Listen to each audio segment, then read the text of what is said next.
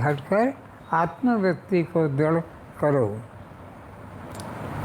किंतु अभ्यास काल को छोड़ मन के व्यवहार काल में यह विशेष ज्ञान पुनः लुप्त हो जाता है। हाँ, बैठ गए, नियम बना लिया आधे घंटे का, 15 मिनट का, सुबह का कि शाम का, और इन वाक्यों को दोहरा लेते हैं भजन के रूप में।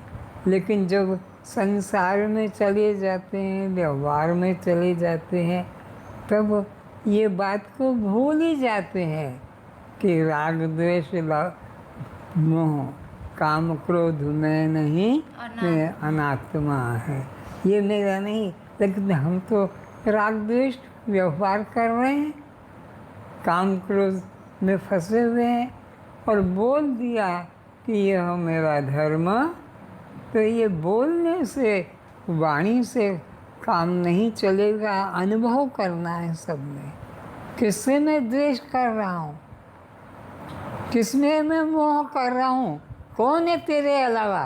तेरे अलावा तो कोई दूसरा एक मेवा अद्वितीय ब्रह्म ने नानास्ति किंचन, किंचित भी तेरे को छोड़कर तेरे अलावा कोई दूसरा, तू ब्रह्म, तू आत्मा, और तेरे अलावा कोई दूसरा नहीं। तो ये द्वेष किससे कर रहा है, ये निंदा किसकी कर रहा है, ये चुगली किसकी कर रहा है, ये चोरी किसकी कर रहा है, ये जो विचार किसके साथ करने का सोच रहा है? सोचो, तब पता लगेगा कि तुम्हारा मैं तो सत्य चित्त आनंद आत्मा हूँ। ये यथार्थ ज्ञान है कि शाब्दिक ज्ञान है? तो मालूम पड़ेगा कि मैं तो शाब्दिक ज्ञान में फंसा हूँ। यथार्थ ज्ञान अगर होता है तो राग द्वेष कैसा, लोभ मोह कैसा, किससे? कोई दूसरा है? तू खुद एकमात्र चैतन्य आत्मा है, तेरे अलावा तो कोई दूसरा नहीं। तो तुम्हारे पाप कर्म स्वतः कट जाएंगे, तुम्हारे से पाप कर्म सदा छूट जाएंगे, जब तुम्हारा ये यथार्थ ज्ञान हो जाएगा कि मैं ही सर्वत्र हूँ, मैं ही सर्वम खल्विदं ब्रह्म हूँ। तो इस तरह शाब्दिक ज्ञान को छोड़ो और अनुभव में इस बात को उतारो।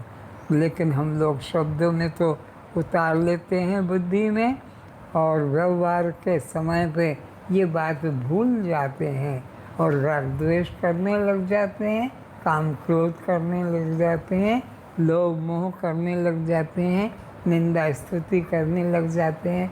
तो कुछ लाभ नहीं, फल भोगना ही पड़ेगा।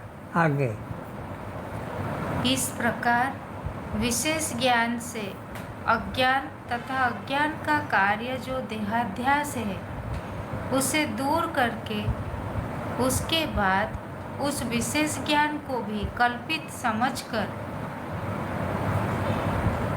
सामान्य ज्ञान रूप में बुद्धि को स्थित करने का नाम ही मोक्ष है। फिर से इस प्रकार विशेष ज्ञान से अज्ञान तथा अज्ञान का कार्य जो देहाध्यास है उसे दूर करके, तो ये जो मैं तो सत्य चित्त आनंद आत्मा हूँ, इस विशेष ज्ञान के द्वारा मैं स्त्री हूँ, मैं पुरुष हूँ, हिंदू हूँ, ब्राह्मण हूँ, उड़िया बंगाली हूँ, जवान बालक बूढ़ा हूँ, गोरा काला हूँ, Magister minister head master clerk इत्यादि हूँ। यह भाव को निकाल दो, इस भाव को मिटा दो। मैं तो सत्य चित्त आनंद, इस भाव को ही प्रबल बनाओ। उसके बाद उस विशेष ज्ञान को भी कल्पित समझकर वास्तविक परिपूर्ण सामान्य ज्ञान रूप में बुद्धि को स्थित करने का नाम मोक्ष है। तो ये विशेष ज्ञान को भी मन से हटाकर मैं तो सत्य चित्त आनंद आत्मा हूँ, सत कल्पित चिंताओं को हटाकर मैं तो सत्य चित्त आनंद आत्मा हूँ, इसी भाव में मन को लगाओ। स्थूल सूक्ष्म कारण इन तीन देह अभिमान नाशक यह चौथा विशेष ज्ञान रूप महाकारण देह बताया गया है। ये चौथा कौन सा कारण है? महाकारण।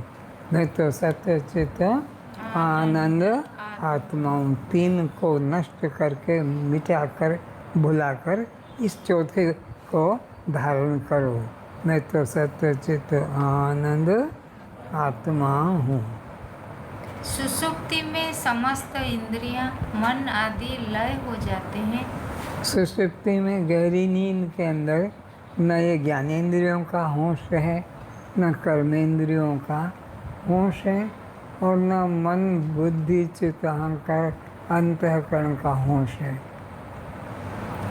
वहाँ कोई वृत्ति ज्ञान नहीं रहता है। वहाँ पर कोई भी वृत्ति ज्ञान न मन का, न बुद्धि का, न चित्त का, न अहंकार का। तीनों देह की अपेक्षा से महाकारण देह चौथा कहलाता है। तीन देह, स्थूल देह, सूक्ष्म देह और कारण देह की अपेक्षा से यह ज्ञान वाला जो देह है, महाकारण देह चौथा कहलाता है। अज्ञान तथा उसका कार्य रूप जो देह अधिक प्रपंच है, उसकी अत्यंत निवृत्ति का मुख्य कारण इसे होने से महाकारण देह कहा जाता है। महाकारण देह कहा जाता है।